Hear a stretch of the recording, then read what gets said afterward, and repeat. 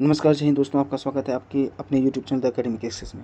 आज हम लोग विज्ञान के कुछ टॉपिक को लेकर चलेंगे जो आगामी परीक्षा जो पॉलिटेक्निक की परीक्षा होने वाली है उसके लिए कुछ महत्वपूर्ण टॉपिक होंगे, जिस पर हम थ्योरी बेसिस डिस्कशन करते चलेंगे और चैप्टर वाइज हम लोग क्या करते हैं इसका एमसीक्यू भी करेंगे। चलिए क्लास की शुरुआत करते हैं दोस्तों। आज से ये क्लासेस स्टार्ट होगी। जो चैप्टर का नाम रहेगा मापन, जिसका नाम मेजरमेंट क्लासेस होगा। मेजरमेंट का हम लोग एक थ्योरी बेसिस कंप्लीट थ्योरी करेंगे और इसके साथ ही हम लोग एमसीक्यू भी चलेंगे। चलिए क्लास की शुरुआत करते हैं। नमस्कार जय हिंद दोस्तों। चलो आज का टॉपिक जो देखेंगे, क्या देखेंगे?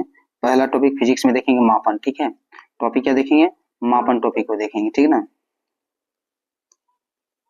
मापन टॉपिक को देखेंगे। मापन में क्या? मापन मतलब मेजरमेंट है, हिंदी में इसको इंग्लिश में मेजरमेंट कहा जाता है। मेजरमेंट मतलब जिससे हम लोग मापते हैं, मापने दूरी मापने का काम करो या फिर जाके कोई भी चीज का डिस्टेंस वगैरह मापो या फिर किसी का वजन करते हैं कैसे, उसी को मेजरमेंट क्या, किसी चीज का मेजरमेंट करने की बात करेंगे हम लोग। ठीक है ना, इस चैप्टर में।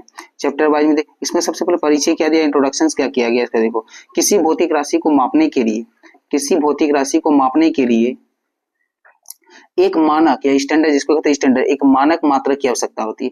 आप कोई भी चीज मापते हैं, अगर दूध को ही मापते हो, दूध को मापते हो तो 1 लीटर की जरूरत होता है ना, 1 लीटर 2 लीटर की बात करते हैं। चावल को मापते हो, चावल को मापने के लिए क्या करते हो आप, केजी में मापते हो। तो इसी को क्या कहा जाता है, एक मापक यूनिट कहा जाता है। इसे क्या, मापक का इकाई कहा गया, जिससे मापते हैं हम लोग। तो क्या मापक जो होता है मापने के लिए मेजरमेंट यूनिट का यूज करते हैं, उसी को हम लोग क्या कहते हैं, एक स्टैंडर्ड यूनिट का माप होता है। किसी भी भौतिक राशि को मापने के लिए कि मानक मापन का जरूरत होता है, जिसको हम लोग क्या कहते हैं, मापन कहते हैं। किसी भौतिक राशि का मापन निम्न 2 भागों में व्यक्त किया जाता है। हम 2 भाग में विभक्त करके रखें। किसी भी भौतिक राशि को मापने के लिए, कोई भी भौतिक राशि को मापना होगा। भौतिक राशि मतलब क्या, जो भी दुनिया में देख रहे हो आप, जिसको नापा या तोला जा सकता है, जिसका अपना वजन होता है, अपना स्पेस ग्रहण करता होगा, उसी को क्या कहते हैं, भौतिक राशि में मानते हैं, फिजिकल राशि क्वांटिटी कहते हैं। ठीक है, तो क्या कहा जाता है इसमें, अंकित मान, इसको अंकिक मान में या मात्रक में नापते हैं। अंकिक मान में क्या होता है, जो उस राशि के परिमाण को प्रदर्शित, परिमाण मतलब क्या, अर्थात यह बताता है कि उस राशि का उसका मात्रक कितनी बार सम्मिलित है। मान लो जैसे 1 केजी की बात करते हैं, तो 1 केजी जो मापते हैं हम लोग बताते हैं, तो केजी तो मेरा क्या होगा, मात्रक हो जाता है। बट इसमें जो इसका परिमाण जो है, इसका कितना मान है, कितना वैल्यू कितनी बार रिपीटेड किया गया, उसके बारे में हम लोग जानेंगे इसमें।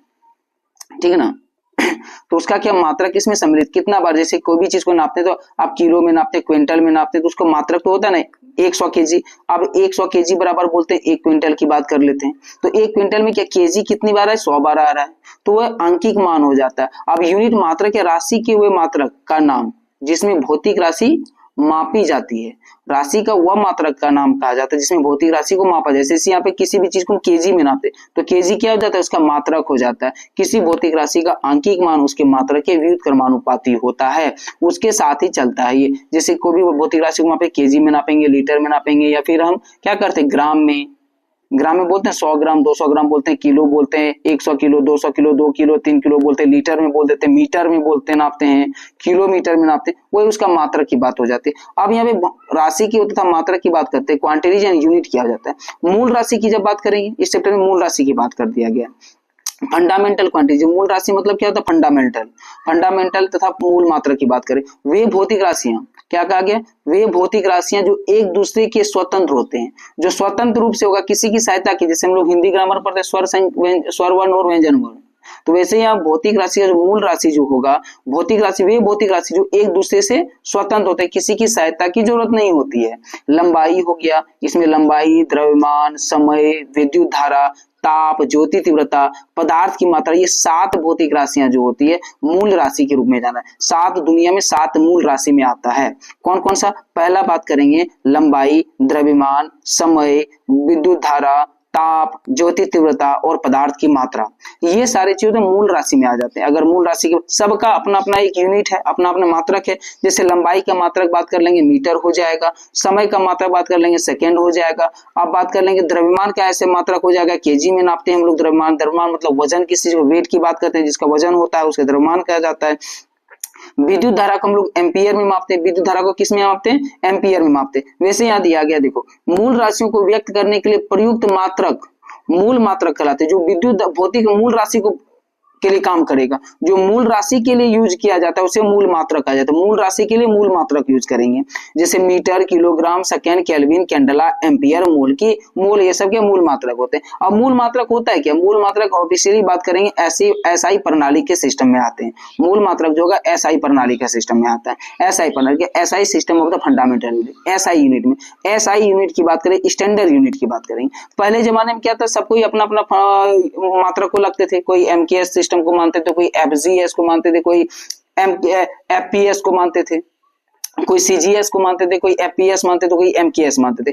एमकेएस मतलब क्या हो जाता है? मीटर, किलोग्राम, सेकंड की बात कर रहा था कोई। एफपीएस मतलब क्या होता है? फुट, पाउंड, सेकंड की बात कर रहा था। सीजीएस मतलब तो सेंटीग्राम, सेंटीमीटर, ग्राम और सेकंड की पद्धति को मानते थे। मतलब सबका अलग अलग हो जाता है। कोई मान लीजिए भारत का निवासी अमेरिका चला जाएगा तो उसके सिस्टम में वहां गड़बड़ हो जाता था। लंदन चला जाएगा तो वहां मात्रक अलग हो जाएगा। तो इसलिए पूरे विश्व संगठन ने पूरा क्या कर दिया, पूरे विश्व संगठन ने क्या कर संगठित होकर एक ऐसा यूनिट का प्रतिपादन किया जिसमें सबके पूरे दुनिया के लिए एक मात्रक होगा। सबका ही अपना अपना मात्रक, मतलब इंडिया कोई आ जाता था यहाँ पे दिक्कतें आ जाती थी सबको मापने में। कोई लंदन चला जाता था वहां दिक्कत होता था, कोई अमेरिका चला जाएगा वहां दिक्कत हो जाएगा। सबका अलग अलग था, समझना ना पड़ेगा। आप पढ़े अलग सिस्टम को, वहां जाइएगा अलग सिस्टम पड़ेगा, दिक्कत ना हो जाता। इसलिए कहा गया पूरे दुनिया के लिए एक यूनिट होगा, एक ही मात्रक का यूज करेंगे, जिसको एसआई मात्रक जो वहां पे गठित किया जाएगा सबके लिए। आगे बात करेंगे इसमें, देखो जैसे 7 हम लोग क्या पढ़े, 7 हम लोग मूल राशि में पढ़ते हैं। 7 मूल राशि पढ़ेंगे। पहला द्रव्यमान, लंबाई की बात, द्रव्यमान, समय, विद्युत धारा, ताप, ज्योति तीव्रता की बात करेंगे। और एक हो जाएगा किसका? पदार्थ की मात्रा की बात करेंगे। इसमें जिस सबका मात्रक अलग हो जाएगा। जैसे ये मूल राशि क्या होगा, लंबाई का मूल मात्रक क्या हो जाएगा? मीटर, इसका सिंबल एम दे देते हैं। द्रव्यमान का क्या हो जाएगा? Kilogram, KG. समय का सेकेंड की बात करेंगे। विद्युत धारा की बात करेंगे एम्पियर में, क्लास 10 में पढ़े होंगे विद्युत धारा में एम्पियर इसका ऐसे मात्रक पढ़े होंगे।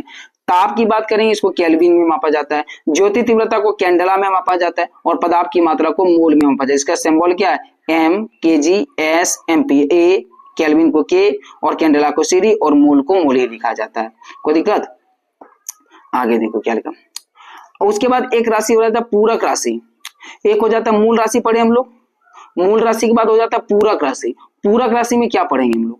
पूरक राशि की जब बात करेंगे, पूरक राशि में क्या होगा? पूरक राशि क्या है? जिसको सप्लीमेंट्री क्वांटिटीज कहा जाता है। तलीय कोण तथा घन कोण पूरक राशि होते हैं। मतलब तले किसी का एंगल निकालने की बात करेंगे, एंगल निकालने की बात करें, कोण निकालने की बात करें, उसके लिए कौन सा मात्रा यूज करेंगे? उसके लिए अलग मात्रक का यूज करेंगे ना, तो उसके लिए क्या कहा जाता है? पूरक मात्रक में आ जाता, राशि में आ जाता है। इनके मात्रक जैसे रेडियन हो जाएगा, स्टेरेडियन। इसका दो ही मात्रक बात करेंगे, स्टेरेडियन और रेडियन की बात करेंगे। जैसे यहाँ पे दिया हुआ एक क्या दिया, एक कोण दिया हुआ, कोण में क्या चाप, ये वाला चाप हो जाता है। एक त्रिज्या क्या, इसका त्रिज्या क्या मान, त्रिज्या आर दिया हुआ, आर त्रिज्या का कोई एक कोण है जिसका कोण कितना दिया हुआ? तलीय कोण। ये तलीय कोण, ये वाला कोण की बात करें कितना? थीटा डिग्री दिया हुआ। और इसका चाप, ये चाप कितना दिया हुआ? एल दिया हुआ, एल चाप मान लेते हैं। तो तलीय कोण थीटा बराबर क्या होगा? L divide by R. हमने पढ़ा हो कि जब भी आप कोण निकालते हैं, कोण का थीटा निकालने की बात करेंगे तो क्या होगा? चाप बटे त्रिज्या की बात करते हैं, चाप बटे त्रिज्या होता है। तो वैसे यहाँ दिया हुआ चाप बटे त्रिज्या की बात कर दिया गया, ठीक है। कोई दिक्कत? इसमें घने कोण की बात करते हैं, ये घनाकार है। इसमें क्या होगा? जिसका तल, जिसका क्षेत्रफल मान लो इसका पूरा का क्षेत्रफल दे दिया आर, एस से क्षेत्रफल दे दिया, मान लो इसका क्षेत्रफल एस दिया हुआ है। इसमें घन का कोण कैसे निकालें? ये कोण निकालना है। तो इसका कोण क्या निकालेंगे? टोटल कौन सा किससे बिलोंग कर रहा है, जिस बीच में लाइन किससे बिलोंग करे? कॉस थीटा से करेगा। कॉस थीटा क्योंकि बेस किसके बेस से संबंधित रहेगा और हाइपोटेनस से रहेगा, तो कॉस थीटा में जाते हैं हम लोग। जब किसमें बेस मतलब आधार और कर्ण का संबंध हो जाएगा तो क्या? कॉस थीटा से संबंध हो जाएगा, ठीक है। तो क्या हो जाएगा? Total area Guna cos theta divide by त्रिज्या का स्क्वायर, आर स्क्वायर की बात करेंगे। ये हो जाता है घनमूल की बात करेंगे। आगे एक राशि बात करेंगे, व्युत्पन्न राशि की बात होगा इसमें। व्युत्पन्न राशि में क्या पढ़ेंगे हम लोग? देखो अगला पढ़ेंगे हम लोग व्युत्पन्न राशि, ठीक है। व्युत्पन्न राशि में किसको, इसको इंग्लिश में क्या कहते हैं? डिराइव क्वांटिटीज कहा जाता है। पहला हो गया मूल राशि, दूसरा हो जाएगा पूरक राशि, उसके बाद व्युत्पन्न राशि, इसको डिराइव क्वांटिटी कहते हैं। ये सारा 11 क्लास में भी भर के पढ़िएगा। 9 क्लास में पढ़े होंगे, 11 क्लास में पढ़ोगे भी। वे राशियां जो मूल राशियों की सहायता से प्राप्त होती है। हमने पढ़ा था मूल राशि में क्या किसी की स्वतंत्र सहायता की जरूरत नहीं पड़ता है। मूल राशि को सहायता की जरूरत नहीं पड़ता है, वो स्वतंत्र रहता है। बट ये व्युत्पन्न राशि जो होगा, डेराइव क्वांटिटी जिसको कहते हैं, ये किस राशि, मूल राशियों की सहायता, मूल राशि के बिना ये काम नहीं कर सकता है। व्युत्पन्न राशियां कहलाती है जो मूल राशि की सहायता से प्राप्त होती है उसे व्युत्पन्न राशि कहते हैं। जैसे क्षेत्रफल, आयतन। अब किसी का क्षेत्रफल निकालोगे, किसी का क्षेत्रफल निकालोगे तो क्या करोगे, जैसे आयत का क्षेत्रफल निकालेंगे आप, आयत का क्षेत्रफल निकालोगे तो क्या करोगे, आयत से लंबाई गुना चौड़ाई। ये कहां से आया लंबाई, ये तो हमारा मूल राशि है, तो मूल राशि की सहायता से ही क्षेत्रफल निकाला जाता है। आप निकालोगे किसी का आयतन निकालोगे, आयतन निकालने के लिए क्या करना होगा, किसी का घनाभ का आयतन निकालो, लंबाई गुना चौड़ाई गुना ऊंचाई। तो ये सारे क्या हो जाता है, डिस्टेंस लंबाई है ना, मेजरमेंट। ये कहां से आ गया, मूल राशि से ही आया। तो वहां लंबाई मूल राशि में भी है, तो ये बिना मूल राशि की सहायता से नहीं चल सकता है। जिसे हम निकाल सकते हैं, किसी का निकालेंगे, ठीक। जैसे क्षेत्रफल की बात करेंगे, आयतन की बात, दाब हो गया, चाल हो गया, ये सब क्या है, व्युत्पन्न राशि में आ जाता है। व्युत्पन्न राशि को व्यक्त करने के लिए प्रयुक्त किए जाने वाले मात्रक व्युत्पन्न मात्रक कहलाते हैं। व्युत्पन्न मात्रक क्या होता है, जो व्युत्पन्न राशि को प्रयुक्त, अभी तक पढ़े जो भी राशि, जो भी राशि क्या करते हैं, जिस राशि को प्रयुक्त करता है उसका ही मात्रक कहलाता है। जैसे मूल राशि को प्रयुक्त करने वाले को मूल मात्रक कहा गया, उसके बाद पूरक मात्रक को करने के पूरक राशि को पूरक मात्रक कहा गया था। अब व्युत्पन्न मात्रक राशि को पूरक करने के लिए क्या होगा, व्युत्पन्न मात्रक की जरूरत होगा। तो वे मात्रक मूल मात्रकों की सहायता से प्राप्त होते हैं। जैसे क्षेत्रफल का मात्रक क्या हो जाता है, मीटर स्क्वायर होता है। तो मीटर की ये कहां से आ गया, मूल राशि से आ गया, जैसे जो कि मूल मात्रक से प्राप्त हो किया गया है। कोई दिक्कत, हम व्युत्पन्न राशि को अकेले नहीं ला सकते, वो मूल राशि की सहायता से ही लाया जा सकता है। बिना मूल राशि से व्युत्पन्न मात्रक नहीं आता है। कोई दिक्कत, आगे बढ़े, आगे देखो। अब महत्वपूर्ण परिभाषा कुछ क्या डिफिनेशन देखिए, इसे मात्रक का, मानक मात्रक की बात करेंगे। स्टैंडर्ड यूनिट की बात करें, स्टैंडर्ड मीटर में क्या हो जाएगा, मीटर में अब एक मानक मीटर वह दूरी है। अब यहाँ क्या कुछ हो जाएगा, एक मानक मीटर की बात करेंगे, वह दूरी है जो शुद्ध क्रिप्टन जैसे 86, इसका क्या क्रिप्टन की आर पर पावर 86 की बात है, शुद्ध क्रिप्टन क्या होगा, पर पावर 86 होगा, तो उसको मानक मीटर भी कहा जाता है। से निकलने वाले नारंगी लाल रंग के प्रकाश की तरंग दैर्घ्य एक क्या, इकाई, दहाई, सैकड़ा, हजार, 10,000, लाख, 10 लाख, मतलब 16,50,763.73 गुना होगा, इतना होगा। एक जो शुद्ध क्रिप्टन होगा, जो मानक मीटर की जो लंबाई तरंग दैर्घ्य की बात करेंगे, प्रकाश जो निकलेगा उसका तरंग दैर्घ्य इतना गुना होता है। कितना गुना, 16,50,763.73 गुना होता है। अतः एक मात्रक मानक मीटर बराबर कितना हो जाएगा, इतना गुना क्रिप्टन पावर 86 बात करें, इतना गुना तरंग दैर्घ्य लाल रंगी, नारंगी और लाल रंग के प्रकाश का तरंग दैर्घ्य है। बोले एक मानक मीटर में, एक मानक मीटर बराबर क्या होगा, 16,50,763.73 गुना क्रिप्टन पर पावर 86 रहेगा। एक क्रिप्टन के बारे में समझ गए कितना होता है, कोई दिक्कत, इतना निकलता है, क्रिप्टन में निकलता है, तो उतना नारंगी लाल रंग के प्रकाश का तरंग दैर्घ्य होगा एक मानक मीटर के बराबर। इतना इसको रट लेना है। उसके बाद प्रकाश वर्ष की बात करें, प्रकाश वर्ष कितना होगा बाबू, प्रकाश वर्ष दूरी का मात्रक, प्रकाश वर्ष किसका मात्रक, इससे क्वेश्चन याद रहना है। प्रकाश वर्ष किसका मात्रक है, कल भी बताए थे, प्रकाश वर्ष किसका मात्रक है, दूरी का मात्रक। प्रकाश वर्ष किसका, दूरी का। निर्वात में प्रकाश की चाल कितनी होती है, 3 × 10⁻, कितना मीटर पर सेकेंड, 8 मीटर पर सेकेंड की बात करेंगे। तो यहाँ प्रकाश की वर्ष का क्या मात्रक हो जाए, निर्वात में प्रकाश की चाल चली गई दूरी को प्रकाश वर्ष कहते हैं। जो प्रकाश निर्वात में जितना डिस्टेंस चलेगा उतनी दूरी को प्रकाश वर्ष कहते हैं। वहां डिफिनेशन नहीं पूछा जाएगा, ऑब्जेक्टिव क्वेश्चन रहेगा, ठीक है। तो प्रकाश वर्ष किसे कहते हैं, निर्वात में प्रकाश द्वारा तय की गई दूरी को प्रकाश वर्ष कहते हैं। जितने निर्वात में जहां हवा कोई भी माध्यम नहीं रहेगा वहां पे जो प्रकाश चलेगा उसको प्रकाश वर्ष कहते हैं। एक प्रकाश वर्ष बराबर कितना होगा, 10⁻13 किलोमीटर, मतलब 9.46 × 10⁻15 मीटर की बात करें। अगर मीटर में बोलेंगे तो 9.46 10⁻15 मीटर होगा, और किलोमीटर में बोलेगा तो 10⁻13 किलोमीटर लगभग में जाएंगे, या अप्रोक्सीमेट में जाता है, परफेक्ट नहीं आता है। अगर दोनों में ऑप्शन रहेगा, मीटर में मीटर में मारेंगे, किलोमीटर में मारेंगे, कोई दिक्कत। आगे बात है मानक किलोग्राम, स्टैंडर्ड किलोग्राम में क्या होगा, 1 किलोग्राम बराबर क्या होगा, कार्बन, 1 किलोग्राम में कार्बन क्या, कार्बन 12, मतलब कार्बन 6 बात करें, कार्बन 12 की बात करेंगे कि इतना गुण परमाणु, मतलब 5.0188 × 10⁻25 परमाणु का द्रव्यमान होता है।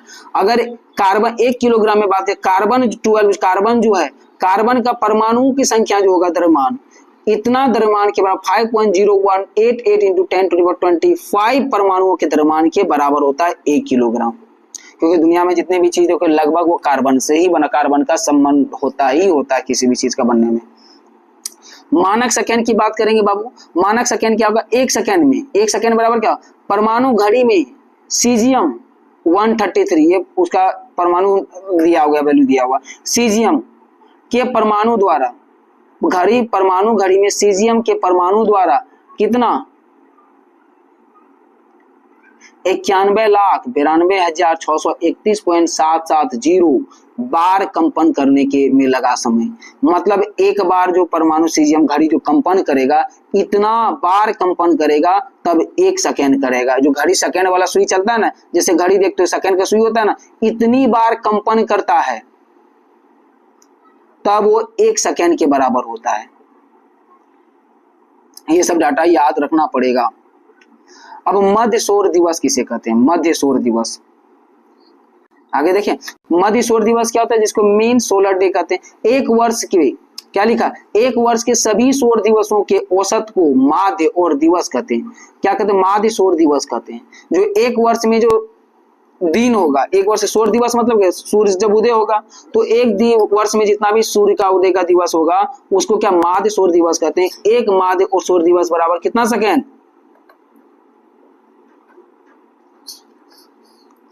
86,400 सेकेंड के बराबर होता है। एक वर्ष में जो बात एक क्या बोला गया कि एक माध्य सौर दिवस में कितना होगा, 86,400 सेकेंड के बराबर होता है एक माध्य दिवस। कोई दिक्कत, चलें आगे। तो देखो क्या पता है, 1 सेकेंड में कितना, सौर दिवस की बात कर रहे थे कैसे, मतलब 1 सेकेंड में 1/86,400 माध्य सौर दिवस हो जाता है 1 सेकेंड बराबर। अभी बताया इसका सेकेंड में कितना होगा, इतना बार क्या होगा वो, इतना सेकेंड की बात के बराबर 1 माध्य दिवस बराबर हो जाता है। कोई दिक्कत, आगे बढ़। अब केल्विन क्या होता है, केल्विन, केल्विन किसकी मात्रक है, ताप की मात्रक पढ़े हम लोग केल्विन, ठीक है। केल्विन जल के त्रिक बिंदु पर तापमान का, त्रिक बिंदु तिर्यक, जब भी किरण पड़ेगा धरती को, जब तिर्यक पड़ेगा ना, तिरछी पड़ेगी ना, तो वही बोला त्रिक मान, त्रिक बिंदु बोला, तिर्यक बिंदु पर त्रिक बिंदु बोला जाता है यहाँ पे तापमान। 1/273.16, 16 को लेते नहीं, 273 वहां लेते हैं, 273 केल्विन, 273 वहां हिस्सा क्या होता है, 1 केल्विन के बराबर होता है। मतलब 1 केल्विन बराबर कितना हो जाता है, कितना हिस्सा हो जाता है किसी भी ताप का, 1/273.16, वहां हिस्सा 1 केल्विन के बराबर हो जाता है, ठीक है। अब इसमें आते हैं एम्पियर। एम्पियर क्या, निर्वात में रखिए,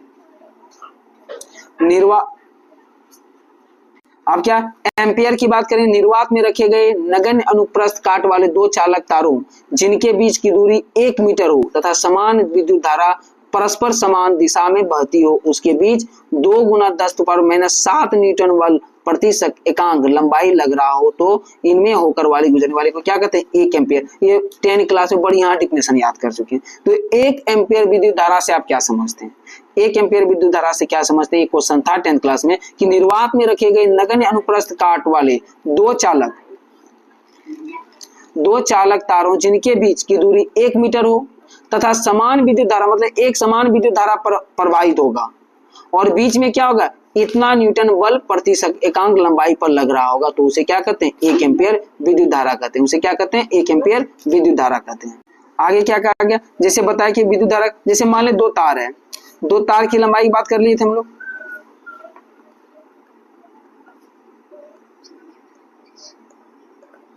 जब 2 तार हो गया, ये निर्वात में 2 तार का गमन हो रहा है, इसमें दोनों का डिस्टेंस निर्वात माध्यम हो गया, ठीक है। इसमें क्या निर्वात ये माध्यम हो गया दोनों। अब यहाँ पे कितना मीटर का, 2 × 10⁻7 न्यूटन मीटर का बल लग रहा है, तो ये क्या 1 एम्पियर विद्युत धारा के बराबर हो।